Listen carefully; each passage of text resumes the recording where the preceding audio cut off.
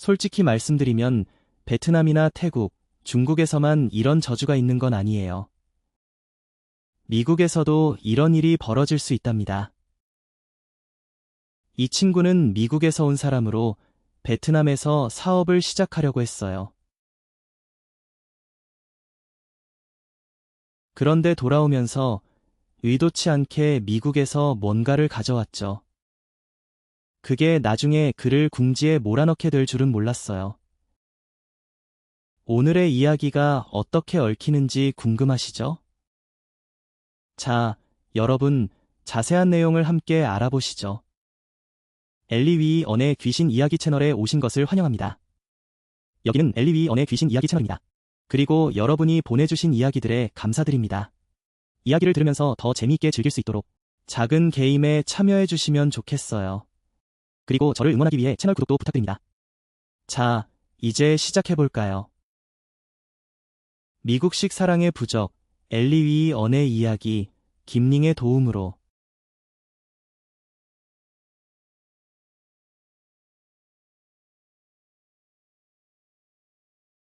오늘의 이야기는 뜨랑의 이야기입니다. 그녀는 호치민시에서 일하고 있어요. 뜨랑의 이야기는 독특하면서도 정말 무서워요. 그녀의 남자친구는 국내 사람이 아니라 미국에서 비행기를 타고 베트남까지 온 사람입니다. 뜨랑은 한 남자를 만났는데 우리는 그를 푸라고 부를게요. 푸는 나이가 좀 있고 성격도 온화해요. 미국에서 돌아온 사람입니다. 처음 뜨랑을 만났을 때 그녀는 정말 기뻐했어요. 하늘이 좋은 사람을 만나게 해줬다고 생각했죠. 그런데 알고 보니 그와의 만남이 저주를 불러온 거였어요. 그때 뜨랑은 26세였고 호치민시의 작은 회사에서 일하고 있었어요. 뜨랑과 푸는 그녀의 사촌 언니 덕분에 만났어요. 그 언니는 푸의 먼 친척이었고 그날 집에서 잔치가 있었죠. 언니는 뜨랑이 도와주는 모습이 착하고 예에 바르다고 생각했어요.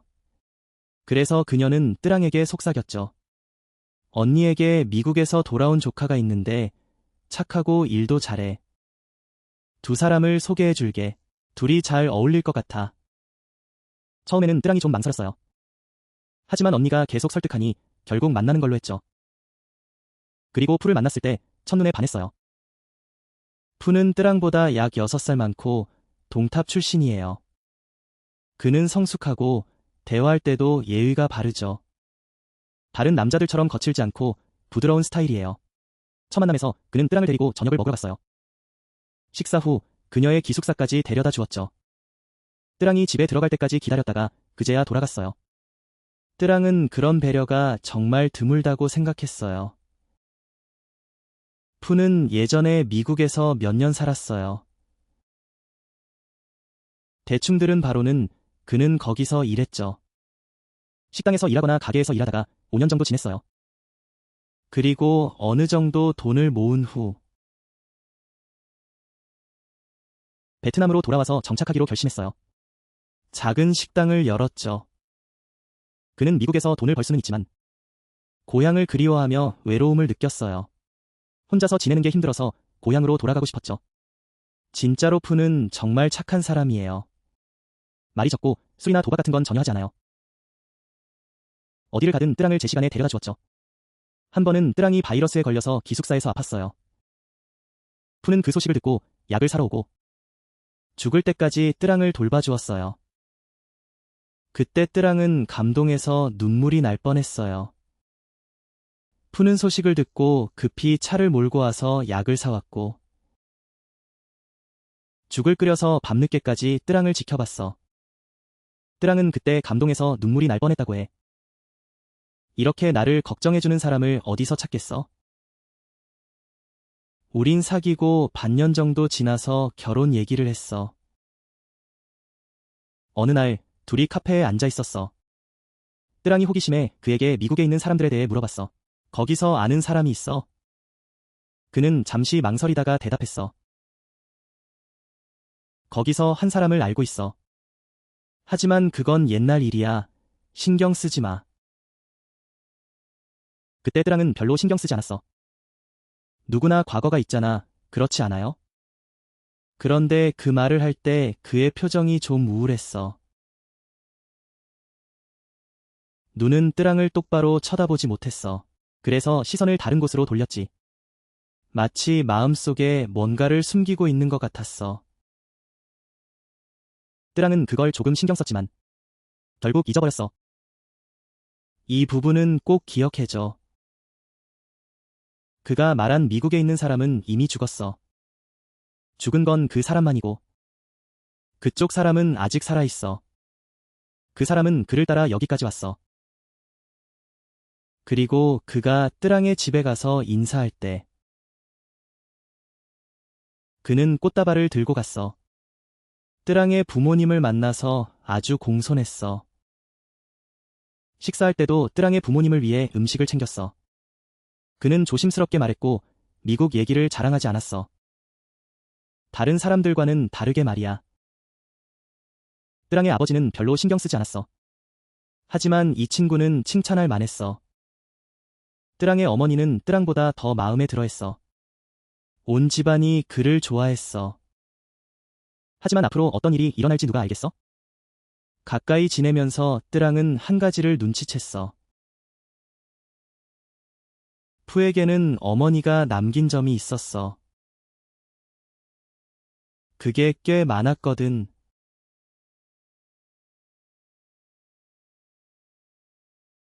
그런데 이상하게도 푸는 항상 깔끔하게 입었어. 그래서 옷도 잘 차려입었지. 하지만 그 점은 좀 이상했어. 마치 뭔가 잘못된 것처럼 보였어. 그 점이 그와 전혀 어울리지 않았어. 뜨랑이 그에게 점을 바꾸라고 했어. 새로운 걸 사줄 테니까. 그는 손을 휘저으며 이 점은 이미 익숙하다고 했어. 바꿀 필요 없다고. 뜨랑은 몇 번이나 말했지만 그는 단호하게 거부했어. 하지만 뜨랑이 하는 말은 다 들었어. 오직 이 점에 대해서만. 고집이 세서 정말 이상했어.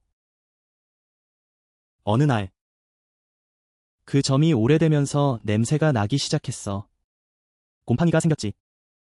그때 그가 샤워를 할 때, 뜨랑이 몰래 그 점을 만져봤어. 조금이라도 깨끗하게 하려고. 아직 뭘 하기도 전에. 푸가 샤워실에서 뛰쳐나왔어. 아직 몸이 젖어 있었지. 얼굴은 정말 놀란 표정이었어. 뜨랑의 손에서 상처를 빼내고 큰 소리로 말했어. 내 상처에 뭘 한 거야? 건드리지 마. 닦거나 물에 담그지 마. 그때 뜨랑은 정말 당황했어. 푸가 뜨랑에게 큰 소리로 말한 적이 없거든. 그런데 그 상처에 대해선 유독 화를 내더라고. 완전히 혼란스러웠어. 뜨랑은 그 상황에 당황했지. 내가 말했지. 상처를 만지작거리고 마치 무슨 일이 일어날 것처럼. 그리고 그걸 집어넣었어. 은밀한 곳에 잘라서. 뜨랑은 그걸 보고 놀랐어. 그런데도 뭔가 이상한 기분이 들었지. 정말 이상했어. 그래서 물어봤지. 그 상처는 도대체 어디서 생긴 거야? 푸는 잠시 고민하다가 예전 친구에게서 받았다고 말했어. 그냥 잊어버려. 옛날 상처인데 왜 자꾸 물어보냐? 말을 마치고 다른 이야기로 넘어갔어. 뜨랑은 더 이상 묻지 않기로 했지. 하지만 마음속에 뭔가 불안한 느낌이 계속 남았어. 보통 푸는 모든 걸 다 이야기해주거든. 그런데 이 상처에 대해서는 전혀 말하지 않았어. 정말 이상했지. 그 상처는 부드럽고 푸는 계속 안고 있었어. 그건 마치 악령이 집으로 들어오는 문 같았어. 한 번 들어오면 절대 나갈 수 없었지. 결혼식 준비가 시작되면서 날짜를 정하고 결혼식을 하기로 했어. 그런데 결혼 준비를 시작한 이후로 두 사람 사이에 갑자기 싸움이 시작됐어. 사소한 일로 말이지. 정말 사소한 일인데도 그 사소한 일로 큰 싸움이 벌어졌어. 이제까지 뜨랑은 푸와 잘 지냈거든. 하루 종일 이야기해도 지루하지 않았어. 그런데 갑자기 세 마디만 하면 싸우는 거야. 어느 날 두 사람이 결혼식 이야기를 하다가 뜨랑이 핑크색으로 하자고 제안했어. 푸는 평소와 다름없이 있었지. 그런데 갑자기 화를 내더라고. 무슨 색이든 안 된다고. 넌 항상 문제를 만들어서 피곤하게 해. 푸는 정말 화가 나 있었어. 그때 뜨랑은 정말 놀랐지. 왜 갑자기 그렇게 화를 내는 거지? 무슨 일이야? 평소에 이야기하던 사람이 갑자기 화를 내? 누가 뭐라고 했어? 그것 때문에 계속 싸우다가 결국 두 사람은 일주일 동안 서로 피하기 시작했어. 그리고 나서 다시 만났지. 그거 조금만 있으면 계속 바뀔 거야. 끝나면 두 사람이 일주일 동안 같이 노래할 거야. 근데 그 모임에 앉아있게 되면 그러면 두 사람은 멍해지죠. 지금 아주 사소한 일이 생겼어요. 그게 일주일로 이어질 일이 아닌데 두 사람도 왜 이렇게 화가 났는지 이해를 못해요. 그리고 드레스를 입어보러 갔을 때 뜨랑이 한 가게에서 드레스를 주문했는데 정말 예뻤어요. 모두가 그걸 입어보러 갔죠. 그 드레스가 갑자기 실밥이 풀려버렸어요. 찢어졌죠. 그 가게 직원이 완전히 놀라버렸어요. 그동안 이런 일이 있었던 적이 없다고 하더라고요. 이런 일이 처음이라고. 그리고 사진 촬영 날짜도 정해졌고 그날 사람들이 연락을 해서 일정을 알려줬어요. 이제 시간이 다가오고 있었죠. 예약한 식당에서도 갑자기 연락이 와서 일정이 겹쳤다고 하더라고요. 다시 예약을 하라고. 결혼식 날짜를 보러 스승님 집에 가는 길에 가다가 차가 갑자기 멈춰버렸어요. 그런데 그 차는 지난주에 새로 수리한 거였어요. 오래된 차가 아니었어요. 그리고 혼인신고를 하러 갔을 때 푸의 서류가 어디가 잘못됐거나 빠졌어요. 여러 번 왔다 갔다 하면서 보충해야 했죠. 이렇게 간단한 일도 이렇게 복잡해지다니. 사람들이 짜증나지 않겠어요? 뜨랑은 그때 너무 화가 났어요. 한마디 했죠. 세상에. 처음부터 끝까지 왜 이런 일만 생기는 거야. 푸도 그 말을 듣고 얼굴이 어두워졌어요. 아무 말도 하지 않았죠. 두 사람은 결혼식이 다가올수록 마치 무언가가 방해하는 것 같았어요. 이것이 끝나면 저것이 방해하고 전부 앞뒤가 맞지 않는 일들이었죠. 설명할 수 없는. 마치 누군가가 끼어들어 이 두 사람이 결혼하지 못하게 하려는 것 같았어요. 하지만 나중에 뜨랑은 알게 되었죠. 정말 누군가가 방해하고 있었다는 것을.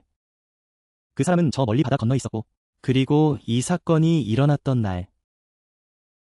그날 뜨랑은 푸의 가게에서 청소를 도와주고 있었어요. 의자와 테이블을 정리하고 있을 때 배달원이 왔어요. 해외에서 온 소포가 있다고 하더라고요. 받는 사람은 푸라고. 푸가 그 말을 듣고 뛰어나가서 받으려고 했어요. 하지만 뜨랑은 기다렸죠. 그 사람의 얼굴이 그가 상자에 붙은 나베를 보았을 때 갑자기 얼굴이 변하더니 손이 떨리기 시작했어요. 손이 저절로 움직일 거야. 그 얼굴에서 피가 다 빠진 것 같았어. 그 후에 그는 그 상자를 안고 안으로 쭉 들어갔어. 아무 말도 없이 열어보지도 않았어. 뜨랑이 이상해서 따라 들어갔지. 그가 상자를 열었을 때 뜨랑은 문 밖에서 지켜봤어. 안에는 편지가 하나 있었고 작은 소포 하나가 있었어.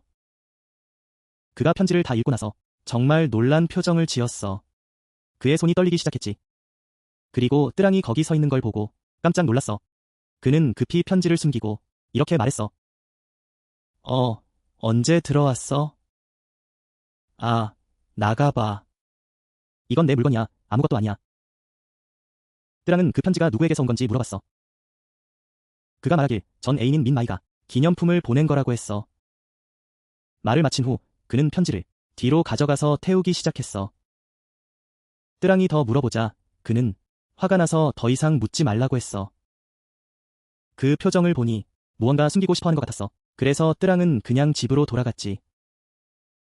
그때 뜨랑은 상자 위에 적힌 주소와 영어로 된 몇 글자를 봤어. 하지만 뜨랑은 잘 기억하지 못했지. 그때 뜨랑은 그 주소가 이렇게 중요할 줄은 몰랐어. 하지만 푸의 반응은 정상적이지 않았어. 그 상자를 받는 모습이 마치 사형 선고를 받는 것 같았어. 편지를 태운 후 그는 혼자 남아있었고 정신이 없어진 것 같았어. 그리고 여러분 아시나요? 그 소포가 도대체 모든 걸 망쳐버렸어. 모든 게 점점 나빠졌어. 그 전에는 그냥 조금씩 힘들었는데 그 상자 이후로는 정말로 재앙이 쏟아졌어. 푸는 갑자기 아프기 시작했지만 정말 이상한 병이었어. 그의 몸이 갑자기 무너져 내렸지. 얼마 전만 해도 정말 건강했는데 한 달도 안 돼서 얼굴이 쭈글쭈글해지고 힘없이 돌아다니게 되었어. 얼마 전만 해도 건강하고 활기찼는데 한 달도 안 되어 얼굴이 확 쪼그라들었어요. 뭘 먹어도 소용이 없었어요. 밤에는 뒤척이며 잠도 못 자고. 내가 말했잖아요. 뜨랑이 요리를 잘한다고. 그걸 가져가면 그는 젓가락을 대고도 그냥 던져버리곤 했어요. 뜨랑이 아프니까 걱정돼서 병원에 가보자고 했죠. 여러 가지 검사를 다 했는데 온갖 증상이 다 나왔어요. 하지만 아무것도 나오지 않았어요. 병도 없다고 하더군요. 그래서 보약을 주더라고요. 한 달 내내 먹었지만 조금도 나아지지 않았어요. 오히려 더 안 좋아졌죠. 내가 말했잖아요. 의사가 손을 들 정도면 이건 보통 병이 아니라고. 그리고 그 일 외에도 푸는 점점 우울해졌어요. 기억도 잘 못하고 이런저런 일을 잊어버리곤 했어요. 어느 날 뜨랑과 이야기하고 있을 때 갑자기 멍하니 어딘가를 바라보더니 어떤 구멍을 응시하고 있었어요. 몇 번 소리쳐야 겨우 정신을 차렸죠. 가끔은 전화기를 손에 쥐고 집안을 돌아다니며 물어보기도 했어요. 내 전화는 어디 갔지? 그의 식당은 그때부터 장사가 잘 안 되기 시작했어요. 예전에는 손님도 꽤 있었는데 이제는 마치 절처럼 조용해졌죠. 어느 날 그는 요리 중에 갑자기 우울해졌어요.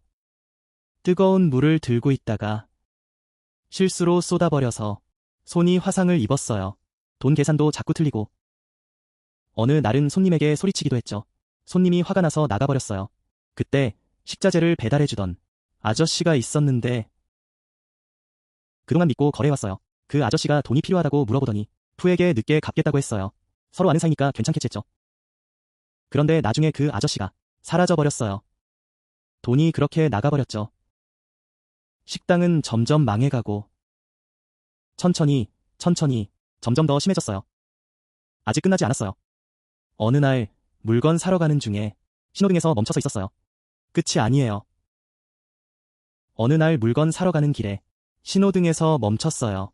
그런데 갑자기 뒤에서 차가 쌩하고 지나갔어요. 차가 그대로 도로로 넘어졌어요. 다행히 크게 다치진 않았어요. 그냥 가벼운 상처 정도.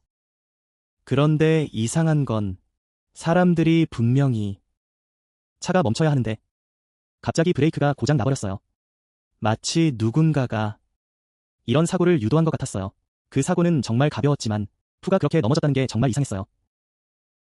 가장 무서운 건, 가장 두려운 건 트랑이 지금도 기억하는 그 일, 아직도 소름이 돋는 건 밤에 본 얼굴들이에요. 그런 일들은 3일 정도 지나면 그냥 넘길 수 있었어요. 하지만 밤에 본 얼굴들은 설명할 방법이 없어요. 푸가 꿈을 꿨다고 하더라고요. 꿈에서 그런 이야기를 했어요. 트랑이 그와 함께 자고 있었어요. 그 밤에 갑자기 그가 대화를 하는 소리가 들렸어요. 하지만 그때 푸는 깊이 잠들어 있었고 눈은 감고 있었어요. 그런데 입에서는 무언가를 계속 말하고 있었어요. 트랑이 손을 내밀어 들어봤어요. 그가 누군가와 이야기하고 있었어요. 그런데 그의 목소리는 부드럽고 애정 어린 느낌이었어요. 마치 사랑하는 사람과 이야기하는 것처럼. 그리고 그는 어떤 이름을 부르더라고요. 그 이름은 트랑이 처음 듣는 이름이었어요. 트랑이 그를 깨워서 무슨 일이냐고 물어봤어요. 그는 멍한 표정으로 누구와도 이야기하지 않았다고 했어요. 그냥 잠들어 있었대요. 그때 트랑은 온몸에 소름이 돋았어요. 그리고 더 무서운 일이 있었어요. 대략 새벽 3시쯤 트랑이 깜짝 놀라서 일어났어요. 주위를 둘러보니 푸가 침대에 없었어요. 트랑이 일어나서 찾아보니 그가 마당에 서 있었어요. 가만히 한 곳에 서 있었고 얼굴은 한 방향을 바라보고 있었어요. 눈은 크게 뜨고 멍하니 바라보고 있었어요. 마치 누군가를 기다리고 있는 것처럼. 트랑이 그를 부르기 시작했어요. 마치 누군가를 기다리는 것처럼 보였어요. 그때 뜨랑이 불렀어요. 뜨랑이 몇 번 부르니까 그가 정신을 차렸어요. 돌아보니 그의 표정이 정말 어리둥절했어요. 뜨랑이 여기 나왔냐고 물었어요. 그는 모르겠다고 했죠. 언제 여기 나왔는지도 기억이 안 난대요. 여러분, 이거 진짜 소름 돋지 않나요? 그때 뜨랑은 이해하지 못했어요. 그냥 그가 꿈을 꾼 줄 알았죠. 그런데 그게 아니었어요. 그의 몸속에 있는 무언가가 그를 끌고 있었어요. 어딘가로 끌고 가고 있었죠. 그 방향이 어디인지 궁금하죠? 나중에 뜨랑이 자세히 말해줬어요. 정확히 기억이 나요. 미국으로 돌아가는 방향이었어요. 그리고 푸는 갑자기 이상한 행동을 하기 시작했어요. 그는 원래 커피를 마실 때 무조건 우유와 설탕을 빼곤 했어요. 달콤해서 당뇨가 올 것 같았죠. 그런데 갑자기 흰 커피만 마시기 시작했어요. 우유도 설탕도 없는 커피요. 뜨랑이 물어봤어요. 오늘 왜 이렇게 이상하게 먹어? 그가 대답하기를 모르겠다고. 그냥 갑자기 그렇게 먹고 싶었대요. 그리고 그는 무심코 이상한 말을 하곤 했어요. 뜨랑이 한 번도 듣지 못한 말들이었죠. 그래서 뜨랑이 계속 물어봤어요. 그때 그는 멍해졌어요. 내가 그런 말을 했어? 전혀 기억이 안 난대요. 그리고 또 하나 이상한 게 있었어요. 푸가 무언가를 하려고 하면 그의 몸속에서 뭔가가 반응했어요. 어느 날 두 사람이 뭘 하러 갔어요. 무슨 등록을 하러 간 건지 모르겠어요. 서명할 때 갑자기 가슴이 답답해졌어요. 손끝이 파래지고 그가 숨이 너무 막힌다고 했어요. 밖에 나가서 숨 좀 쉬겠다고 했죠. 그날 같이 살기로 했었는데 그가 짐을 옮기다가 갑자기 기절했어요. 정신이 아득해지고 심장이 너무 뛰었어요. 그런데 뜨랑을 보지 않으려고 했어요. 그런 일은 생각도 못하고 그러고 나서 그는 다시 정상으로 돌아왔어요. 마치 그의 몸속에 뭔가가 있는 것처럼. 그게 뜨랑에게 가까이 가지 못하게 했어요. 그리고 식당에서 이런 일도 있었어요. 그냥 평범한 것처럼 들렸어요. 마치 그의 몸에 뭔가 있는 듯했죠. 그게 뜨랑에게 가까이 가지 못하게 했어요. 그리고 그 식당에도 이런 일이 있었어요. 푸 형. 부엌에서 도와줄 아이가 필요해. 몇 달 동안 일했어. 정말 황당했지. 그런데 갑자기 그날 생각이 나더라고. 그 아이 얼굴이 정말 이상했어. 뜨랑이 왜 그런지 물어봤어. 그 아이가 조용히 말했어. 전날 일찍 부엌에 갔대. 푸 형이 한쪽 구석에 혼자 서 있었대. 누군가와 이야기하고 있었어. 근데 그 아이가 보니 아무도 없었대. 푸 형은 웃으면서 고개를 끄덕였어. 그리고 손을 내밀었대. 마치 다른 사람의 손을 잡고 있는 것처럼. 그 아이는 너무 무서워했어. 생각이 계속 떠올랐지. 더 이상 일할 용기가 없었어. 뜨랑이 듣고 소름이 돋았어. 며칠 후에 푸 형이 조금씩 털어놨어. 그날 밤에 푸 형이 갑자기 앉아서 옷을 다 입고 있었다고. 숨을 제대로 쉴 수 없었대. 뜨랑이 왜 그런지 물어봤어. 무슨 꿈을 꿨냐고. 푸 형이 한참 동안 앉아 있었어. 그리고 돌아서서 뜨랑을 안아줬어. 눈물이 줄줄 흐르고 있었지. 푸 형이 이렇게 말했어. 누군지 알겠다고. 하지만 말할 수 없대. 내가 너에게 해를 끼쳤어, 뜨랑아. 내가 너를 이렇게 힘들게 만든 거야.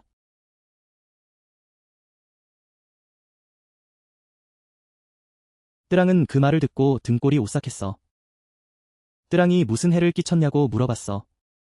그런데 푸 형은 더 이상 아무 말도 하지 않았어. 그냥 뜨랑을 안고 울기만 했지. 강한 남자 푸 형이 아이처럼 울고 있었어. 그날 밤 이후로 불을 끄고 자는 게 두려웠어. 밤새 불을 환하게 켜두었지. 푸 형만 그런 줄 알았는데 그게 뜨랑에게도 영향을 미쳤어. 다른 방식으로 괴롭혔지. 푸 형처럼 괴롭히지 않고 뜨랑을 멀리하게 만들었어. 가까이 가지 못하게 했지. 뜨랑이 식당에 두었던 물건들이 갑자기 사라졌어. 옷걸이에 걸려있던 것들. 왔다 갔다 해도 보이지 않았어. 문 앞에 두었던 신발. 아침에 일어났더니 차가운 공기가 느껴졌어. 그런데 어떻게 된 일인지 부엌 뒤쪽에 있었어. 뜨랑이 한 번도 가본 적 없는 곳. 마치 누군가 뜨랑의 물건을 그 집에서 치운 것 같았어. 푸 형 가까이 가면 항상 불안했어. 그 옆에 앉아있으면 갑자기 뜨랑이 느꼈어. 그런 느낌. 정확히 그런 일이었어요. 마치 몸속이 차가운 느낌이었어요. 그 차가움이 정말 이상했어요. 누군가가 뜨랑을 가로막고 있는 듯한 느낌. 뜨랑이 그에게 가까이 가지 못하게 하는 뜰랑이 조금만 움직이면 그 차가움도 따라 움직였어요. 그것이 뜰랑과 그 사이에 항상 있었죠. 그리고 뜰랑은 꿈을 꾸기 시작했어요. 하지만 뜰랑의 꿈은 푸와는 전혀 다른 내용이었어요. 뜰랑은 그 옆에 서 있는 꿈을 꿨어요. 그의 손을 잡고 갑자기 어디선가 한 여자가 나타났어요. 뜰랑은 그녀를 본 적이 없었어요. 정말 이상한 모습이었죠. 그 여자가 다가와서 뜰랑의 손을 쳐냈어요. 강하게 쳐서 뜰랑을 푸에게서 떼어냈죠. 그리고 그녀가 뜰랑과 그 사이에 서 있었어요. 뜰랑을 돌아보며 그녀의 눈은 증오로 가득 차 있었어요.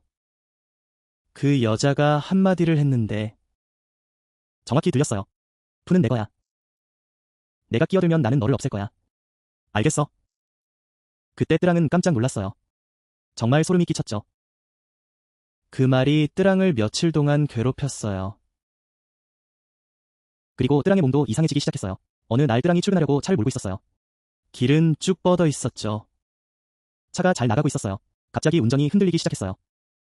하지만 뜰랑은 분명히 운전을 잘하고 있었어요. 차가 저절로 흔들리더라고요. 결국 도로에 넘어졌어요. 차가 멈추지 못했어요. 그렇지 않으면 큰일 날 뻔했죠. 모든 게 아프고 다쳤어요. 다른 날 회사에서 일하고 있었어요. 갑자기 얼굴이 어두워졌어요. 얼굴이 시커멓게 변했죠. 책상 위에서 기절할 뻔했어요.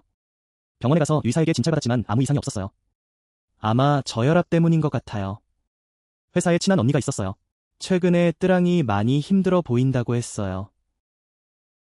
몸이 멍들고 상처투성이었죠. 그 언니가 뜰랑을 불러서 물어봤어요. 정말이야? 남자친구가 너를 괴롭히는 거야? 아니면 시댁이 힘든 거야? 요즘 너 너무 힘들어 보여. 뜰랑은 사실이 아니라고 했어요. 하지만 진짜로 어떻게 설명해야 할지 모르겠더라고요. 자연스럽게 말하다 보니 이상한 상황이 벌어졌어요. 이상한 꿈을 꾸고 남편을 뺏기는 꿈을 꿨어요. 누가 이렇게 하겠어요? 낯선 여자를 꿈꾸고 남편을 빼앗기는 꿈. 누가 그런 걸 계산하겠어요? 그래서 뜰랑은 속으로 계속 괴로워했어요. 더 괴로워질수록 상황은 더 나빠졌죠. 하지만 이게 끝이 아니에요, 여러분. 뜰랑의 가족도 마찬가지였어요. 예전에는 가족 모두가 푸를 정말 좋아했거든요. 그런데 지금은 이유도 없이 갑자기 반대하더라고요. 그날 뜰랑이 집에 막 도착했을 때 엄마가 뜰랑을 부르셨어요. 엄마의 표정이 심각해서 이렇게 말씀하셨어요. 다시 생각해봤어. 이제 푸와 결혼하지 마, 딸. 내 마음이 불안해서 도저히 안 되겠어. 그때 뜰랑은 당황했어요. 왜 그런지 물어봤죠, 엄마. 그가 뭘 잘못했는데요. 엄마도 구체적인 이유는 말씀하지 못하셨어요. 그저 싫다고만 하셨어요. 그게 다였죠. 그렇죠. 뜰랑의 아버지와 가족도 마찬가지였어요. 갑자기 푸를 싫어하게 되었죠. 하지만 이유를 물어봐도 아무도 제대로 설명하지 못했어요. 그날 모두가 그를 칭찬했었는데 이제는 갑자기 반대하게 된 거예요. 마치 누군가가 뒤에서 가족을 조종하는 것 같았어요. 뜰랑의 엄마는 결혼을 반대했지만 딸이 점점 힘들어 보이는 걸 보셨죠. 넘어지고 아프고 힘들어 보였어요. 엄마도 걱정하셨어요. 그래서 엄마가 뜰랑에게 말했어요. 만약 내가 아프지 않고 아무 문제도 없다면, 그런데도 계속 이렇게 힘들면 스승님을 찾아가 보라고. 엄마가 좋은 스승님이 있다고 말씀하셨어요. 한번 가서 보라고 하셨죠. 그래서 엄마가 뜰랑을 데리고 갔어요. 도착하니 스승님이 제사를 준비하고 계셨어요. 연기가 자욱했죠. 스승님이 뜰랑에게 앉으라고 하셨어요. 잠시 후에 여러 가지를 살펴보셨어요. 처음에는 정말 그럴듯하다고 생각했어요. 뜰랑이 조상님과 연결되어 있다고 하셨죠. 그리고 누군가가 방해하고 있다고 하셨어요. 스승님이 마당에 제사를 지내라고 하셨어요. 그 조상님들에게 음식을 제공하라고. 그리고 돈과 은을 태워서 보내라고 하셨어요. 그렇게 하면 괜찮아질 거라고. 그래서 엄마와 함께 스승님의 말씀을 따랐어요. 음식과 제사 용품을 준비했죠. 모든 것을 다 준비했어요. 그런데 여러분, 아시나요? 아무 효과가 없었어요. 그날 밤 뜰랑은 또 꿈을 꾸었어요. 그날 밤 뜰랑은 또 꿈을 꿨어요. 그 여자분은 더 강하게 붙잡고 있어. 더 가까이. 그 위협적인 말이야. 더 끔찍해. 예전에는 단순히 위협하는 말이었어. 이제는 그녀의 숨소리도 위협적이야. 정말 소름 끼쳐. 뜰랑이 다시 돌아왔어. 스승님께 말씀드렸어. 스승님의 말씀대로 했어요. 하지만 해결되지 않았어. 더 끔찍해졌어. 스승님이 당황하셨어. 다시 살펴보셨어. 이번에는 스승님이 눈살을 찌푸리셨어. 스승님이 한참 나무를 닦으셨어. 그 모습이 정말 확실했어. 그리고 스승님이 머리를 흔드셨어. 한숨을 쉬셨어. 뜰랑에게 진지하게 말씀하셨어. 이건 정말 심각해. 스승님이 말씀하셨어. 우리나라의 것이 아니야. 다른 나라에서 온 것 같아. 이건 정말 무거운 거야. 살아있는 사람에게도 영향을 미쳐. 나는 이 문제에 손을 댈 수 없어. 다른 더 잘하는 사람을 찾아봐. 이건 내가 도와줄 수 없어. 스승님의 말씀을 듣고 뜰랑은 모두에게 농담처럼 말했어. 유명한 스승님조차도 포기했으니 이제 누구에게 도움을 요청해야 할까? 그리고 그 말, 다른 나라의 것이라고. 살아있는 사람과도 관련이 있어. 그 생각이 뜰랑의 머릿속을 떠나지 않아. 다른 나라는 어디지? 그 나라. 갑자기 뜰랑은 풀을 떠올렸어. 전 애인을 기억해. 그가 얼마나 집착했는지. 그가 무심코 건드릴 때마다 항상 소리쳤어. 그리고 미국에서 온 소포를 기억해. 영어로 된 주소. 그가 자는 동안 부르는 이름이 떠올랐어. 뜰랑의 몸이 차가워졌어.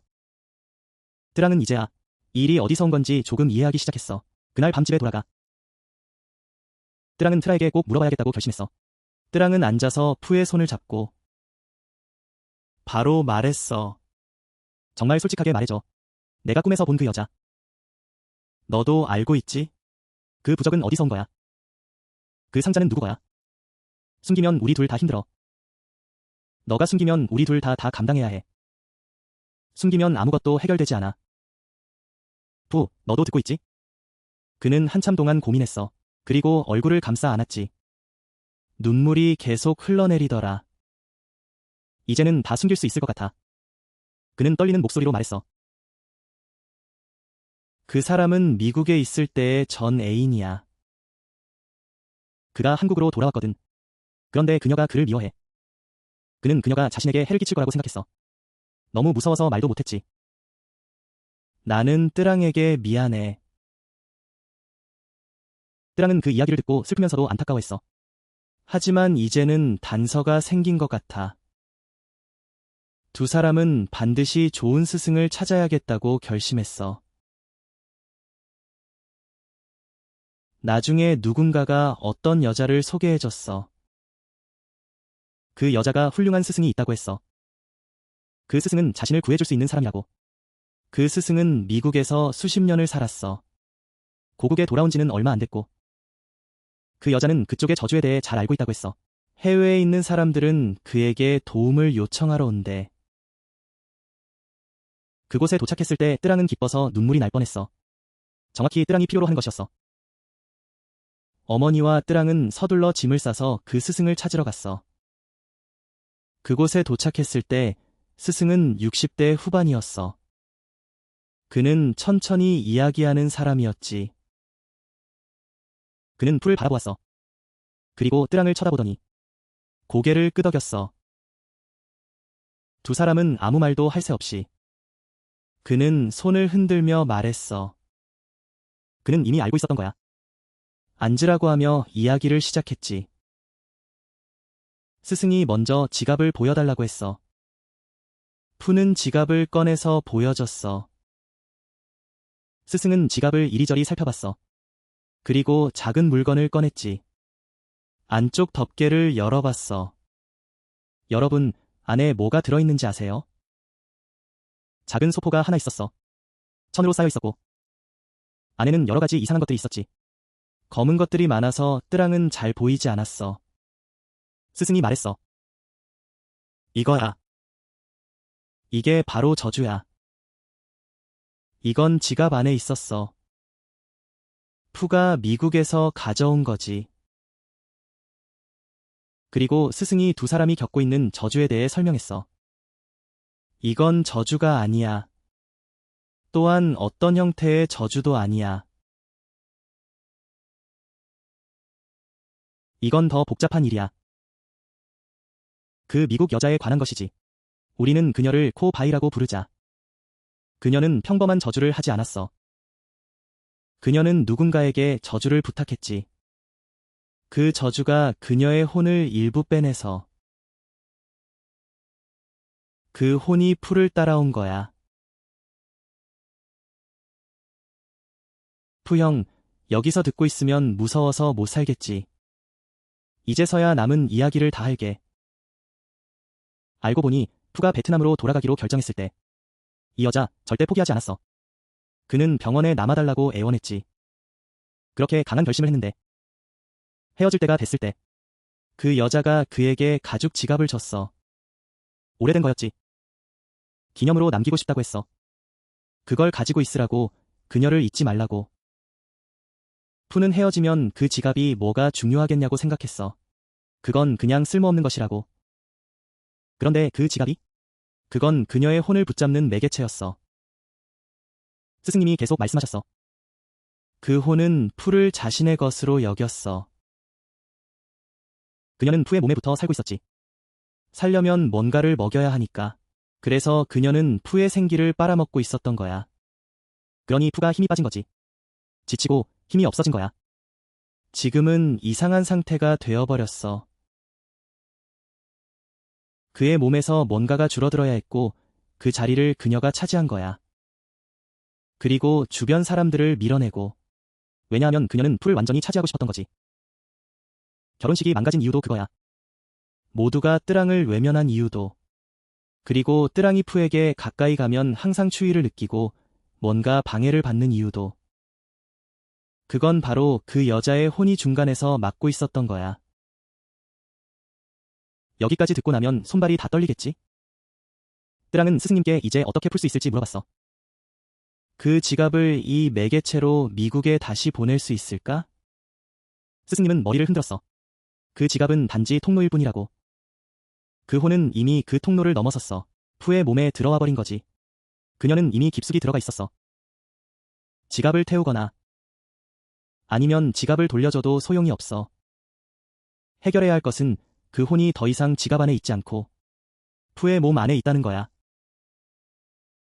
하지만 문제는 스승님이 말씀하시길 그 혼은 살아있는 사람의 혼이라고. 죽은 사람의 혼은 해탈할 수 있지만 쫓아낼 수 있지만 살아있는 사람의 혼은 오직 주인에게만 복종해. 그 주인은 바로 그 여자야. 그 여자의 혼은 오직 그녀만이 깨울 수 있어. 그 외에는 아무도 풀 수 없어. 그 말을 듣고 뜨랑은 완전히 멍해졌어. 뜨랑은 이렇게 물어봤어. 이제 정말 방법이 없는 건가요? 그러자 스승님은 잠시 생각에 잠기셨어. 그리고 풀을 바라보며 한숨을 쉬셨어. 그때 스승님이 하신 말이 뜨랑이 평생 기억할 한마디였어. 살아남을 길은 하나뿐이야. 푸는 미국으로 돌아가서 그 여자에게 가까이 가야 해. 그래야 그녀의 혼을 되찾을 수 있어. 혼이 주인에게 돌아가야 그녀가 놓아줄 거야. 여기 남아있으면 결국 죽게 될 거야. 스승님이 하신 말씀에 모두가 조용해졌어. 살려면 모든 걸 포기해야 해. 뜨랑도, 식당도, 고향에서 새로 시작한 삶도. 남아있으면 뜨랑을 지킬 수 있지만 결국 얼마 못 가. 다른 길은 없어. 집에 돌아가면 푸가 스승님께 진지하게 이야기했어. 그는 밤새 앉아 편지를 썼지. 그리고 뜨랑에게 모든 걸 털어놓기로 결심했어. 그동안 마음속에 간직해온 비밀을. 그는 미국에 있을 때의 일을 이야기했어. 돌아올 때 여자에게 한마디 들었거든. 그녀가 그렇게 말했어. 그녀를 두고 가면 다른 사람과는 평온할 수 없다고. 그가 그녀를 무시하고 싶지 않았던 거지. 그는 그 소포에 뭔가 이상한 게 있다는 걸 알았어. 하지만 이기적이어서 숨겼지. 그녀가 떠날까 두려웠던 거야. 뜨랑이 그 말을 듣고 완전히 얼어붙었어. 그는 이미 알고 있었지. 어디서부터 알았는지. 여자가 직접 경고했거든. 그가 그렇게 간직해온 소포. 그건 이미 차가운 걸 알고 있었어. 그런데도 계속 숨겼지. 뜨랑이 힘들어할 때까지 숨겼어. 그제서야 그는 마음을 열었지. 모두들 보세요. 문제는 그가 전 애인이 있다는 게 아니야. 문제는 그가 그 사실을 알고도 혼자서만 짊어졌다는 거지. 결국 그는 모든 걸 털어놓기로 했어. 하지만 그게 무슨 소용이었을까? 어차피 그는 가야 했으니까. 그 안에 있는 저주가 그를 기다려주지 않았어. 며칠 후 그는 급격히 나빠졌어. 어느 날 갑자기 식당에서 쓰러졌지. 얼굴이 창백하고 손이 차가웠어. 숨이 막혀서 마치 호흡기가 막힌 것 같았지. 뜨랑이 깜짝 놀랐어. 구급차를 불러야 했어. 의사가 치료를 한참 하더니 겨우 그를 살렸지. 하지만 의사는 말했다. 젊은 사람이 이렇게 힘들다니. 마치 죽음이 가까운 사람처럼 보인다고. 그날 병원에서 푸가 뜨랑의 손을 잡았어. 의사는 그가 오래 버티지 못할 거라고 했어. 그렇게 되면 그는 선택의 기로에 서게 돼. 하나는 미국으로 돌아가서 살거나, 둘은 여기 남아서 죽거나. 푸는 결국 선택을 하기로 했어. 이제 누가 죽음을 두려워하지 않겠어? 그렇지. 공정하게 말하자면 모두가 그렇지. 남아있으면 뜨랑을 사랑할 수 있지만 그렇게 남아있어도 아무것도 얻을 수 없어. 그때는 이미 힘이 빠져 있었어. 그렇지. 그는 뜨랑 앞에서 무릎을 꿇고 울었어. 그는 뜨랑에게 용서를 구했지. 그는 병이 나아지면 뜨랑에게 돌아오겠다고 약속했어. 그는 진심으로 뜨랑을 사랑한다고 했지. 절대 뜨랑과 떨어지고 싶지 않다고. 하지만 뜨랑은 그가 무릎 꿇고 있는 모습을 보았어. 이제는 더 이상 사랑이 느껴지지 않았어. 그저 허탈함만 남았지.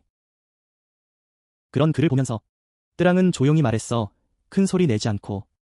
일어날 수 있어. 나는 너를 원망하지 않아. 너는 살아남기 위해 가야 해. 그건 이해해. 하지만 나는 그때 너를 원망했어. 너가 문제가 생겼을 때 너는 침묵을 선택했지. 너는 나를 사랑한다고 했어. 가장 중요한 순간에 너는 너 자신을 더 사랑했지. 그런 사람과는 더 이상 함께할 용기가 나지 않아. 뜨랑의 경우는 스승님이 말했어. 뜨랑은 단지 저주에 걸린 것뿐이라고. 지금 뜨랑은 푸의 이름을 부르고 있어. 그래서 그 저주가 뜨랑에게 영향을 미치고 있어. 뜨랑이 그 저주의 대상이 아니란 거야. 스승님이 뜨랑에게 보호를 위한 부적을 주셨어. 푸를 위해서 기도를 하라고 하셨지. 상관하지 말라고. 그렇게 해야 저주가 뜨랑을 놓아줄 거야. 뜨랑도 그렇게 했어.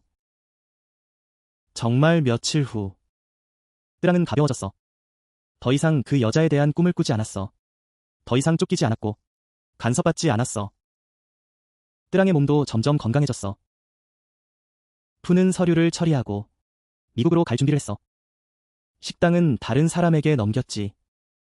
받은 돈은 모두 모았어. 그날 그가 나가면서 뜨랑에게 작별 인사를 전했어. 하지만 뜨랑은 나가지 않았어. 뜨랑은 방 안에 앉아 있었고 전화가 울렸어. 하지만 받지 못했지. 뜨랑은 알았어. 나가도 똑같을 거라고. 작별 인사를 해도 결국 그는 그 비행기를 탈 거야. 그는 뜨랑의 손에서 빼앗긴 사람으로 돌아갈 거야. 푸가 떠난 후 뜨랑은 모든 것을 정리했어. 모든 연락처, 전화번호와 소셜미디어도 모두 끊었어. 연락할 수 있는 것은 모두 지웠지. 그와의 연결을 원하지 않았어.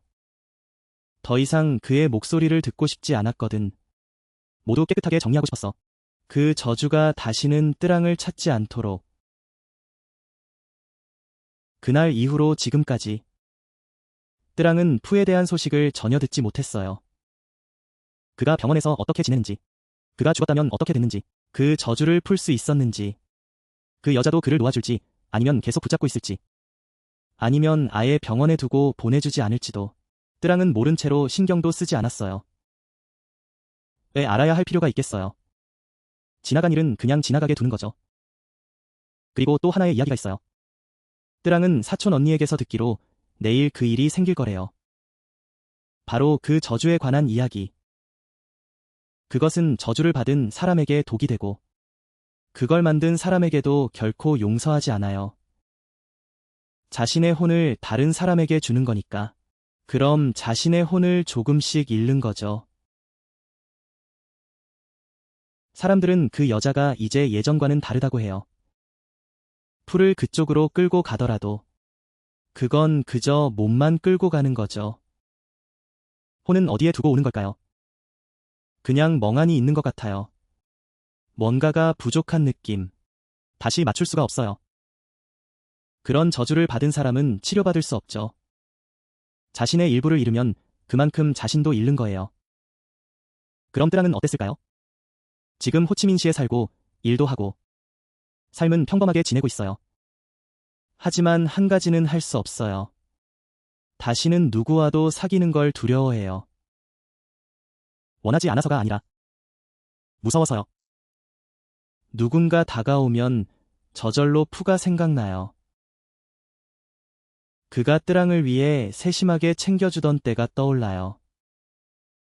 그런 부드러운 모습 속에 그는 끔찍한 비밀을 숨기고 있었죠. 뜨랑이 그 비밀을 알게 된 건 거의 끝날 때였어요. 뜨랑이 이야기한 가장 무서운 건 미국의 저주가 아니에요.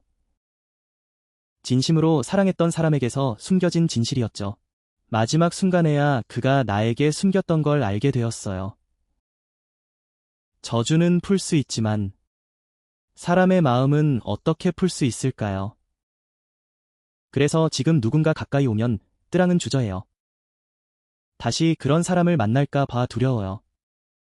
겉으로는 사랑하지만 속으로는 숨기고 있을까 봐. 뜨랑의 이야기를 마치면 모두가 이렇게 생각할 거예요. 사람들은 자기를 용서하면 마음이 가벼워진다고 해요. 하지만 어떤 일들은 단순히 미움 때문이 아니라 두려움 때문이에요. 다시 한 번 더 상처받을까 봐. 그래서 뜨랑이 진심으로 믿고 사랑할 수 있는 사람을 만나길 바라요. 다시 시작할 용기를 가질 수 있기를. 진심으로 응원할게요, 뜨랑. 오늘 이야기는 여기까지입니다. 뜨랑이 믿고 우리 채널에 이야기를 보내줘서 고마워요. 뜨랑이 항상 건강하고 행복하길, 모든 일이 평안하길. 그리고 사랑하는 시청자 여러분, 여기까지 들으셨다면, 재미있었다면 저를 응원해주세요. 구독, 좋아요, 공유해주세요. 그리고 그 귀여운 부분 보셨나요? 그 귀여운 부분. 한 번씩 눌러주세요. 새로운 이야기가 올라올 때마다 여러분이 가장 먼저 소식을 받을 수 있어요. 그럼 이제 인사할게요. 다음에 또 만나요. 아, 잠깐. 재미있는 이야기 있으면 꼭 저한테 알려주세요.